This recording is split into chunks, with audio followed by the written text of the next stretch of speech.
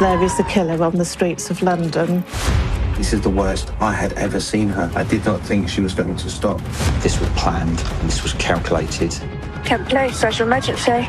I need a police car in address. My friend is been missing for 15 days. Nomás dime dónde está. Por favor, dime dónde está. We had no power of arrest, no jurisdiction. Sometimes the crime scene will tell a completely different story to what you're being told. How can the evidence tell us what's happened to catch the killer at that crime scene?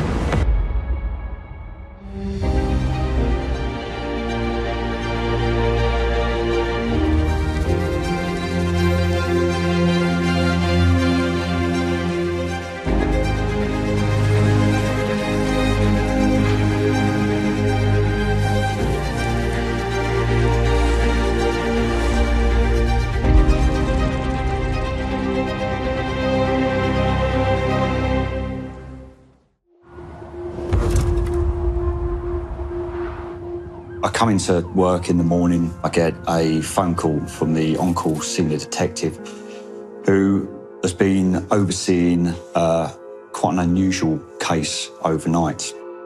A woman living in Kent has been reported missing. 37-year-old Karla Godoy has vanished after going on holiday in Peru.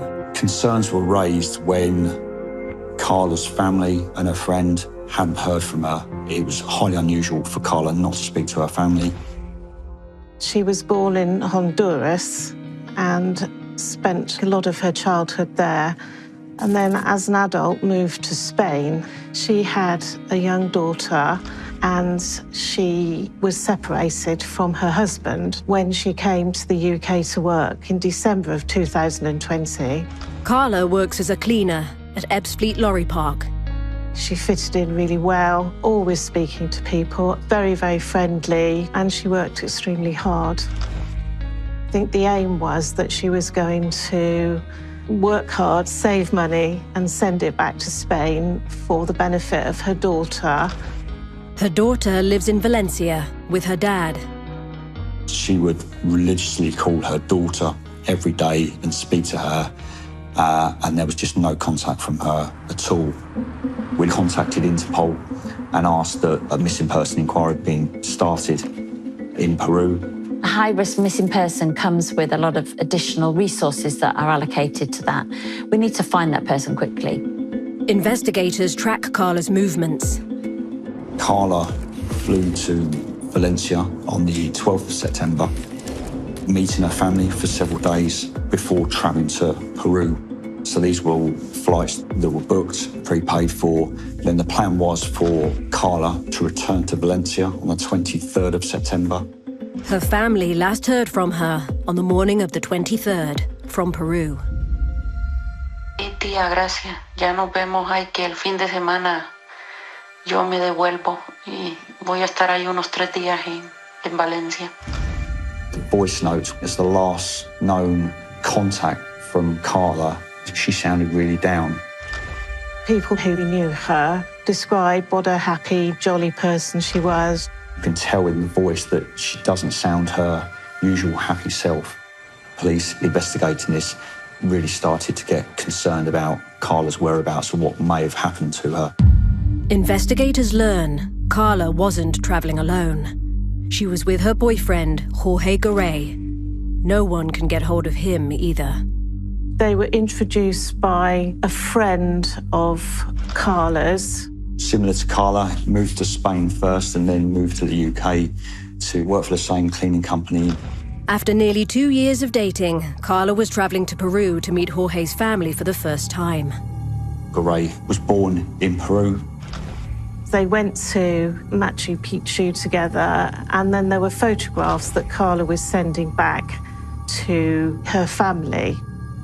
A few days after these photos were taken, the couple disappears.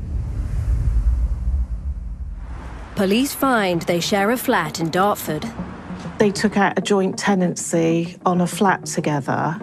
I think one of Karla's friends thought that was a bit too soon, but they did, and they lived together.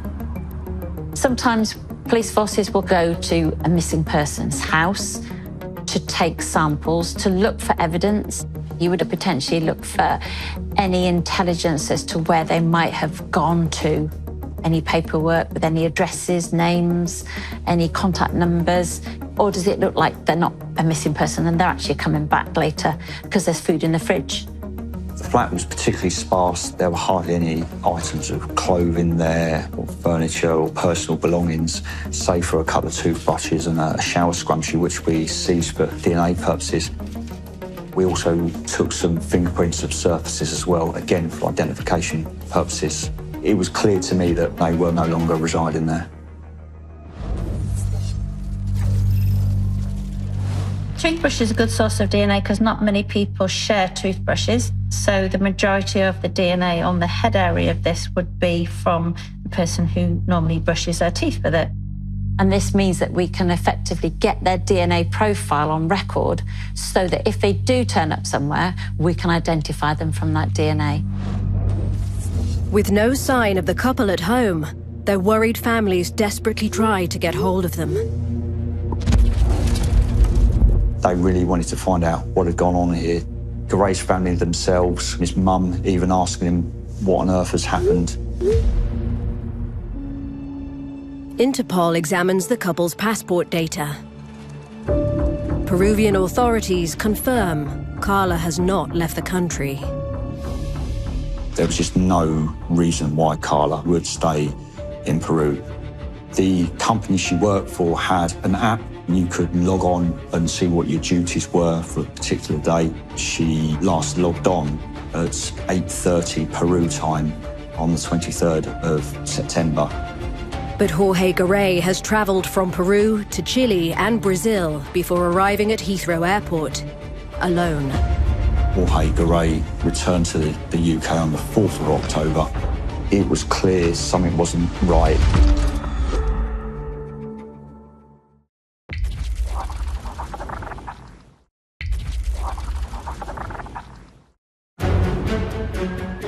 So she's been missing for 15 days?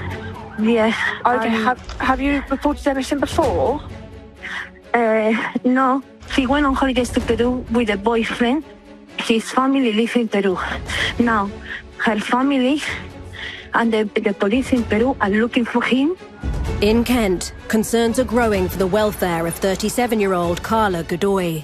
Police urgently need to speak to her boyfriend, Jorge Godoy, after he returned from their holiday without her.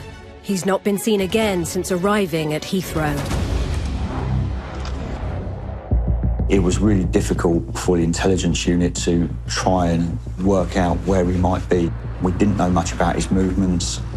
Persons that worked with Godoy, they described him as a bit of a loner. He was quite difficult, didn't sort of go out of his way to be particularly friendly to people. We conducted inquiries with their workplace and colleagues there who were able to give a bit of background in regards to the type of kind, loving person Karla was and the relationship between her and Godoy. They described him as very controlling of Karla. He used to get very cross and difficult when she was talking to other men. Karla, naturally very effusive, bubbly, happy to speak to people, smiling all the time. He did not like that. As fears for Karla's safety increase, Peruvian media begins reporting on the couple's disappearance. And I think in the end, with all the pressure put on Godoy, I think he finally cracked.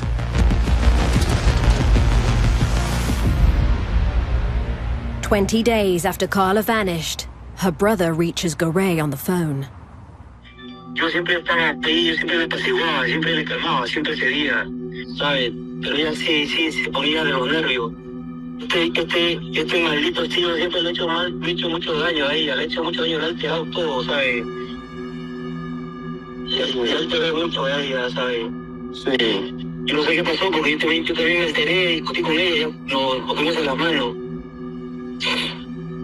Maldita sea. No sé qué mierda me pasó en ese momento. Maldita sea la hora.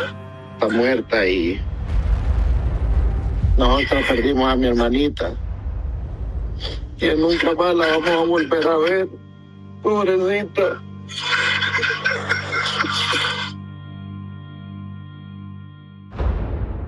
¿Dónde está? Es lo que queremos su cuerpo. ¿Dónde está? Yo casi todo, o sea, no quiero vivir, ¿sabes? Sí, nomás dime dónde está para encontrar su cuerpo, por favor. Dime dónde está. Yo llamo a la policía ahora. He dicho que yo lo he puesto en tal sitio, en un lugar. Ahí donde vive en la casa de mi abuela. En la casa de mi abuela, ahí mi abuela vive, en un terreno. Y ahí lo puse. In Peru, on the outskirts of Lima, police cordon off his grandmother's land and CSIs move in. It looks very dry and barren. It's effectively in some waste ground. There's a lot of debris in the area.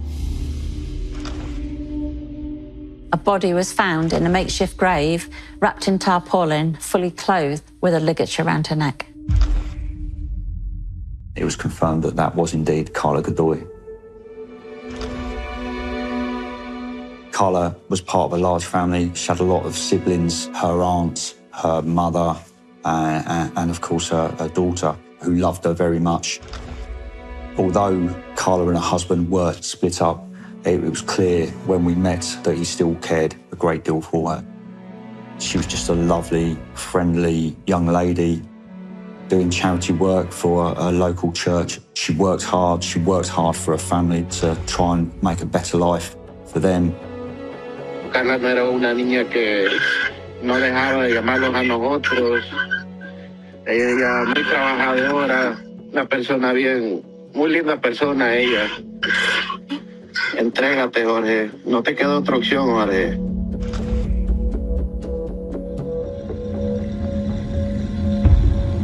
In Peru, investigators carefully recover Karla's remains. Any trace evidence on her body needs to be recovered. The cause of death needs to be identified. Weapons or tools that might have been used to inflict injuries or death on the individual need to be scrutinised and need to be recovered for potential forensic evidence. So the body in this kind of crime is really the most important evidence that you can have. It appears Karla was buried over a week ago. The ligature around her neck is determined to be a bungee cord. The bungee cord was tied tightly around the neck, which I would suggest means that it's been pulled. Ideally, it's good to measure how long it is and potentially swab it for DNA. Bungee cords are elastic, so the length would increase. Probably the best thing to do would be measure the maximum length that the cord could be. So I'm going to look at the ends of the bungee cord for any DNA from possible perpetrator. This hook would probably be held by the offender. So I'm going to swab round the hook to see if I can get any DNA on there. And then also I'm going to swab the actual fabric of the bungee cord because that may well have been held by the offender too. It's really what we call speculative swabbing. You just have to take an educated guess as to where somebody might grab something. As forensics look to piece together how Karla died, police ramp up the search for Godoy. There would be a lot of pressure on the police. Can we find out where their phone was last used? Can we get the cell data analysis done on their phone to find out who they've contacted? Phone data narrows his location to southeast London. But as the net tightens, the team hits a major setback. As Godoy will be prosecuted in Peru, they need an extradition arrest warrant to bring him in. They have to submit a full extradition case, which I was told would take several weeks. That presented us with a real dilemma. We knew someone had murdered someone in another country, and ultimately it appeared we had no power of arrest, no jurisdiction. You have in the back of your mind, there is a killer on the streets of London. What happens if?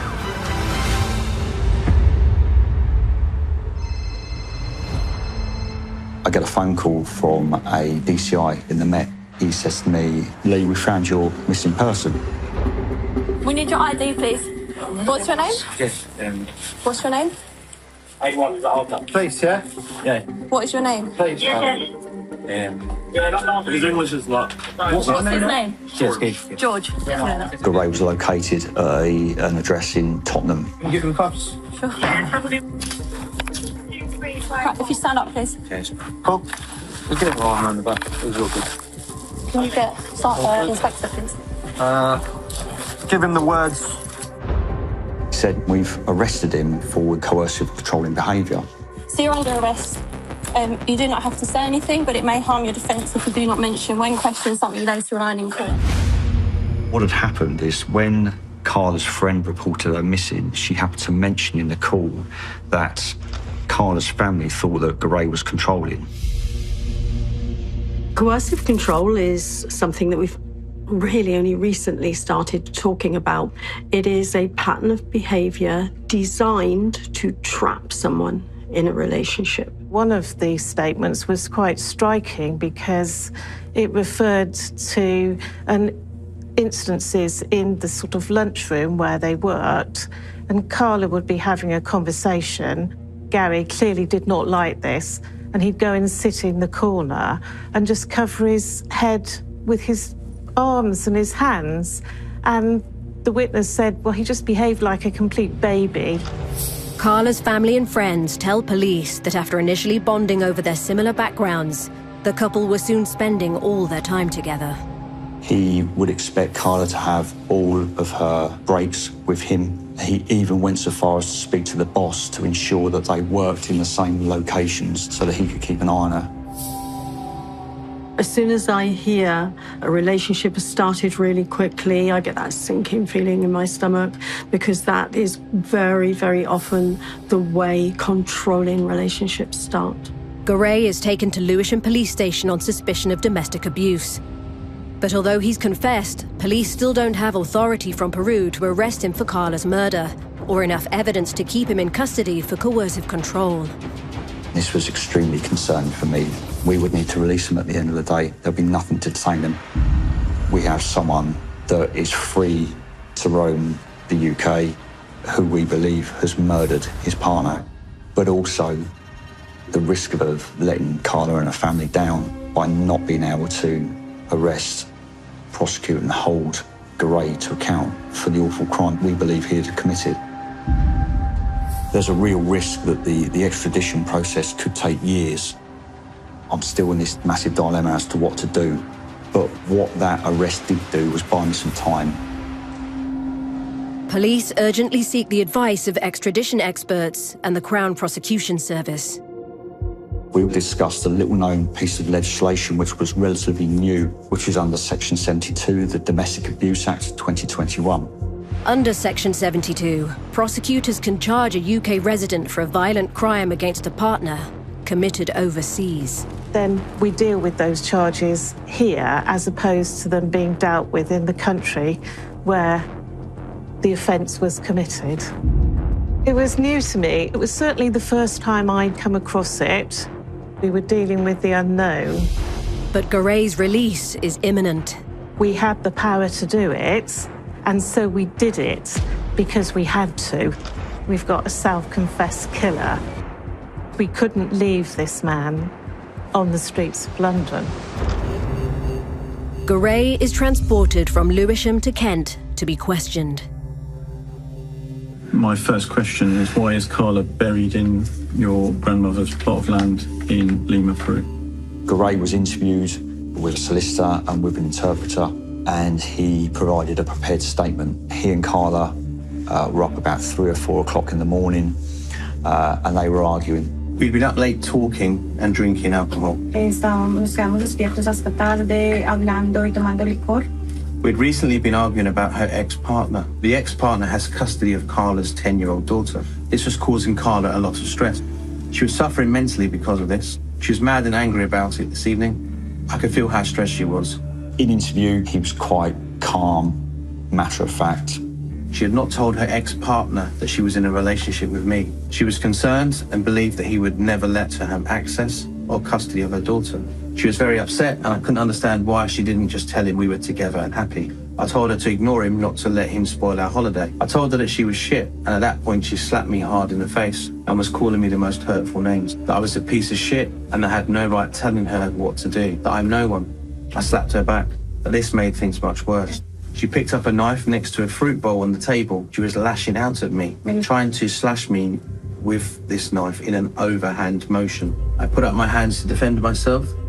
He described the knife as being 10 to 12 centimetres long, and he even showed on his left upper arm a cut as well.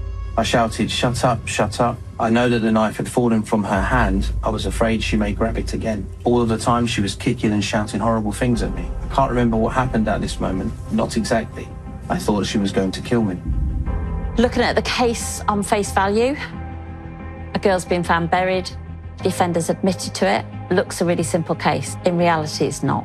He's looking to put forward a case of self-defence. I was really scared. I feared the worst. I did not think she was going to stop. But it just didn't sit right. It didn't sit right.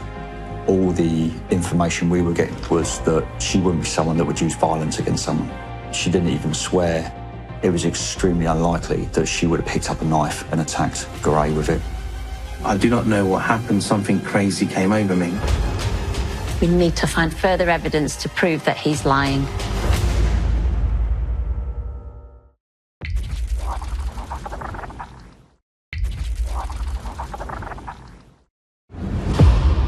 I grabbed her with some kind of elastic string. Afterwards, I panicked. I did not know what to do. Covered her in a sheet and put her in a garden. I know I was angry that she was trying to kill me. As an SIO, when you're investigating any murder, one of the most common defences that's going to be raised is self-defence. But we have to still prove it forensically and try and prove or disprove any aspect of his story. He said that he had taken Karla in cardboard boxes to the deposition site. His explanation was that he just waved somebody down in the streets who was driving a flatbed truck, who then helped him to transport the body of Karla.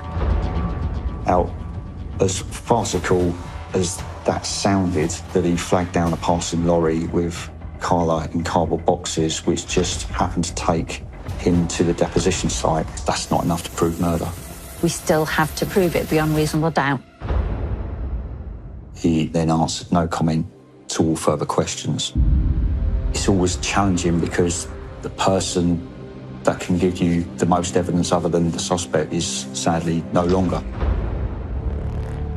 From that moment, we had to start to build that case against him, build on what he'd said in the interviews.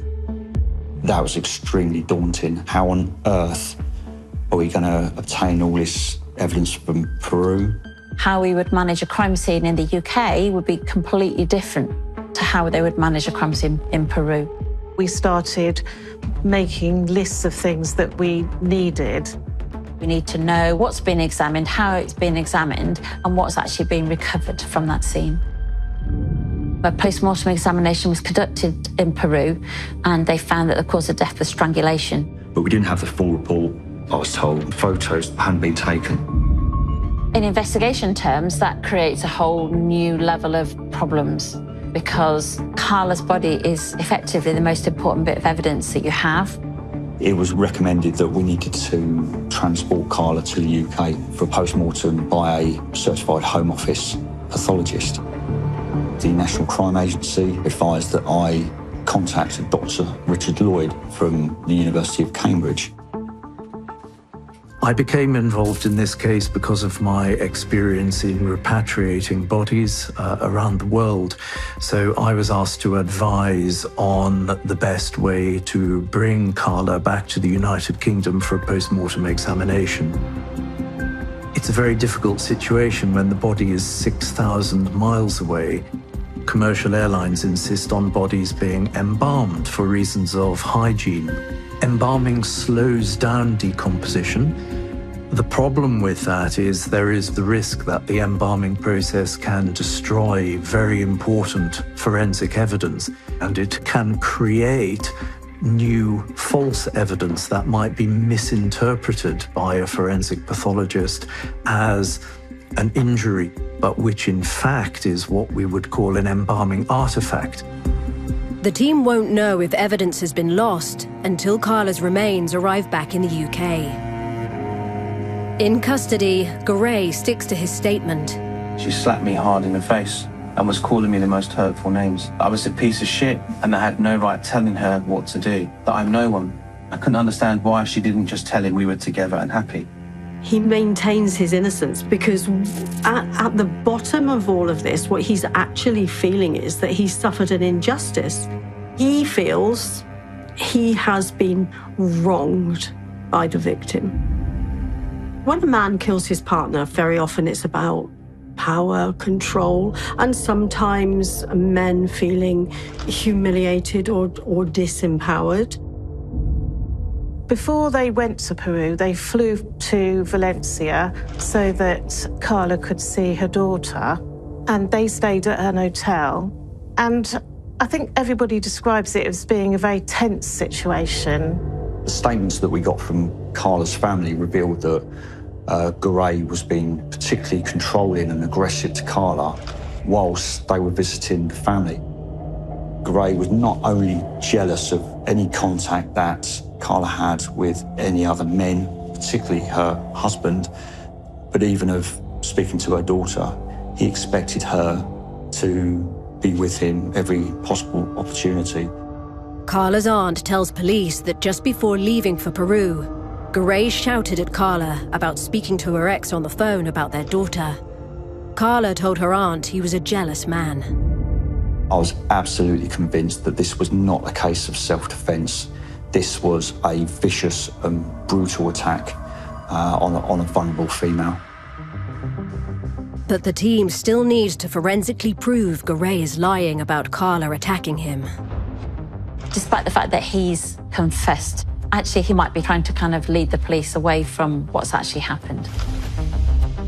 If this kind of crime was to happen in England, we would immediately be thinking of several different hypotheses as to what might have happened at that scene. What does the science tell us? This clearly is a deposition site rather than an attack site. Dead bodies are incredibly difficult to move. Therefore, the attack site, I would suggest, would probably be quite close by. It becomes really important to try and identify where this attack site is. That becomes the priority now. Where was she killed and what other evidence might be at that crime scene? As police examine Godoy's links to the area, 7 weeks after being recovered, Karla's remains arrive in Kent. Not only do you have to think about the forensic side, you've also got to think about the family. This is someone's loved one and has to be treated with respect. But for the family and the friends who are left behind, it's very important for them that they know the truth. On the day of the post-mortem, unfortunately, I couldn't attend, so I had COVID, but I sent my deputy SIO, and not long into the post-mortem, I received a phone call from him where he said, "Gov, you're not going to be happy." Karla's neck structure was missing, which was key to the investigation. It was very obvious that a very comprehensive post-mortem had been carried out in Peru, which had involved the removal of Karla's trachea, her windpipe. That's very standard post-mortem practice. Because this was a strangulation case, it's really important to preserve the neck area as much as possible for a pathologist in the UK to properly examine that area. They would like to see exactly how much pressure had been put on that person's neck and how badly the larynx was damaged. The pathologist also finds that due to being buried for several days, Karla's remains are badly decomposed. Extremely disappointing and frustrating. All sorts of questions going through my mind.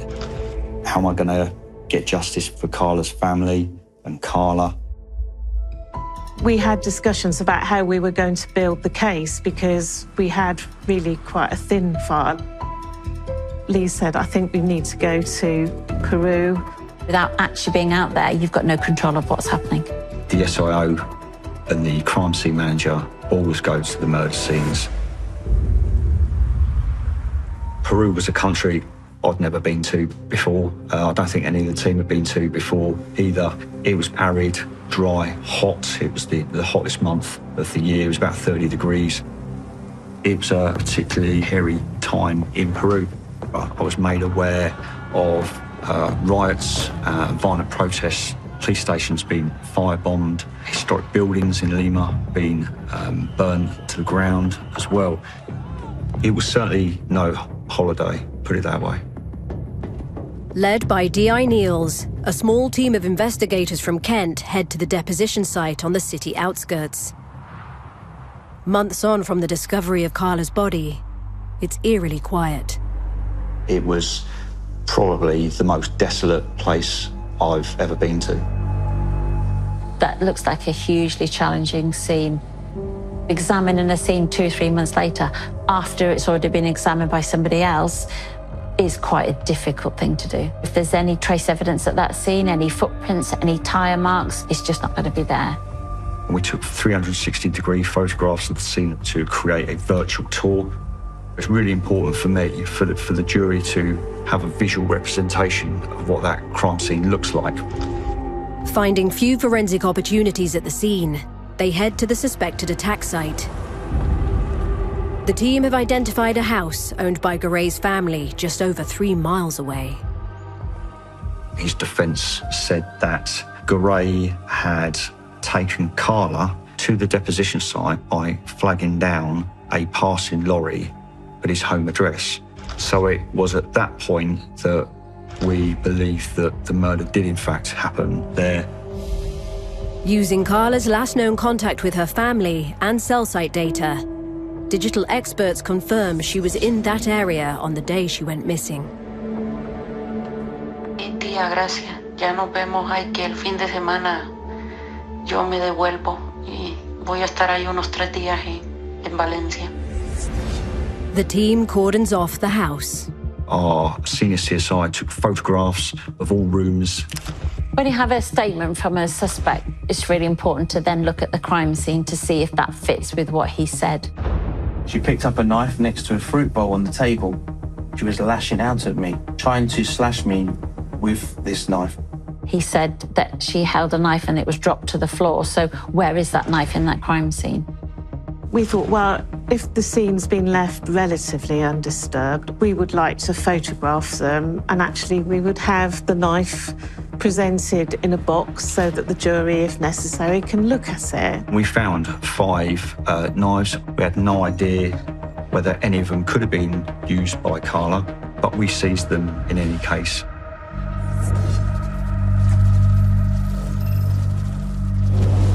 There doesn't appear to have been any blood on it, but if you think that she's used it to attack him, her DNA, if there is any, is going to be on the handle of this knife.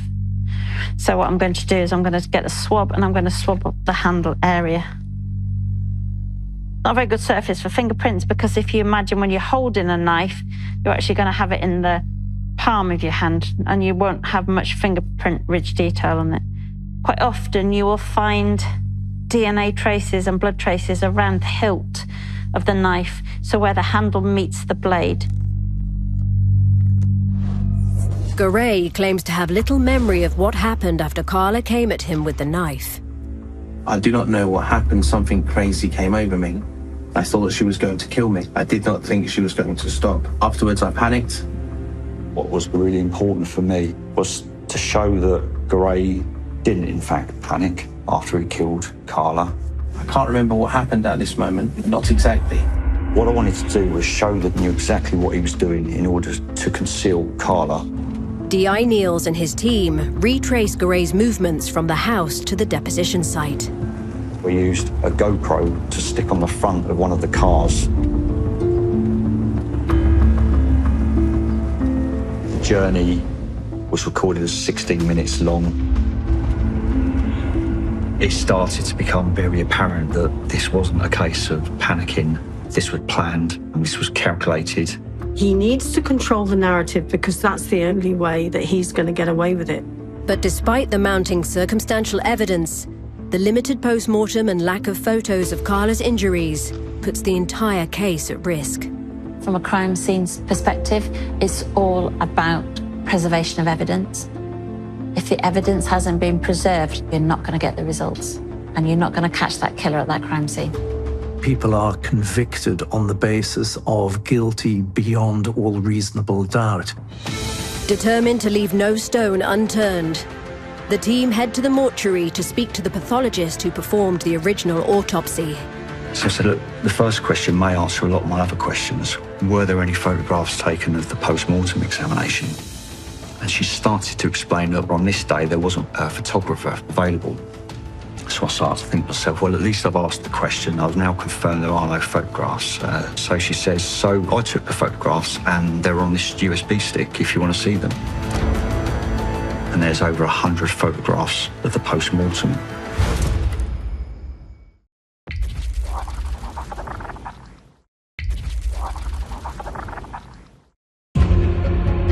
Police investigating the murder of Karla Godoy have made a major breakthrough. Photos taken during the original post-mortem show extensive bruising patterns. It was very evident that she'd been throttled. There were very clear abrasion marks on her neck that had been caused by prolonged compression. What those photos showed, which wasn't overly evident from the material we had so far, was other bruising on Karla. Forensic experts used the photos to create 3D images of Karla's injuries. Karla had bruising down her left flank, some 50 centimetres long, but also on her upper back, just below each shoulder. And I thought to myself, what on earth can that be? Is it some sort of assault? Is it a kick? Is it a punch? Bruising only really occurs in living people. Once the blood stops circulating within the body, a body doesn't bruise. So any bruising that happens on somebody is always pre-death, not post-death. And so evidence of bruising is definitive evidence of the fact that that injury came about either before death or at the time of death. And so in Karla's case, the evidence of bruising on her back was definitive evidence of the fact that around the time of death, some very strong pressure had been applied in very precise areas. Those marks became the focus of the investigation. Their assessment was that the bruising had been caused because Karla had been face down on the ground with Godoy on her back. Bruising down the left side was her ribs against the floor, and the bruising in her shoulders was where Godoy had his elbows in her shoulders, using them as a fulcrum by which to exert as much pressure as he possibly could on the ligature in order to kill Karla. It only takes seconds for someone to lose consciousness after they've been strangled. Researchers said it would take approximately 1 minute or longer to actually kill somebody. So if you're acting in self-defense and you're going to strangle somebody, surely when they've lost consciousness, you'd stop strangling them, and therefore they wouldn't die. Why would I need to continue to apply pressure if the person who is attacking me is already completely unconscious and is presenting no threat whatsoever to me? The post-mortem photos also reveal another disturbing piece of evidence about Karla's neck injuries. It's always very important to measure the length of a wound and to measure the width of a wound in order to be able to match that up with the suspected murder weapon. The wound is found to be 18 millimeters wide, double the diameter of the bungee cord used to kill Karla. That means the bungee cord was wrapped around her neck twice. It's not like a crime of passion. This is a ligature that's been wrapped twice around someone's neck. Someone definitely wanted to kill her. If you look at strangling somebody, you have to touch the person that you're killing. You might actually look into their eyes. You might see the life going out of them. You will feel directly responsible for their death in a very personal way.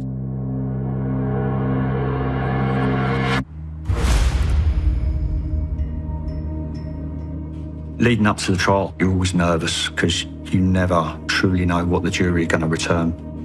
I believe we had a really strong case. During the investigation, we'd done absolutely everything we possibly could to try and achieve justice for Karla and her family.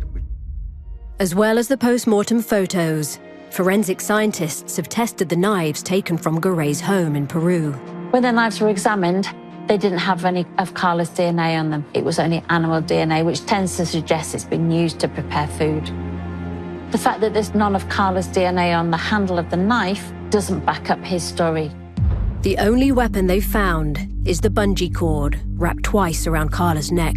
We got authority to seize that bungee cord and bring that back to the UK because for me it was important to show the jury, and I think it really hit home with them that this was the murder weapon used to kill Karla.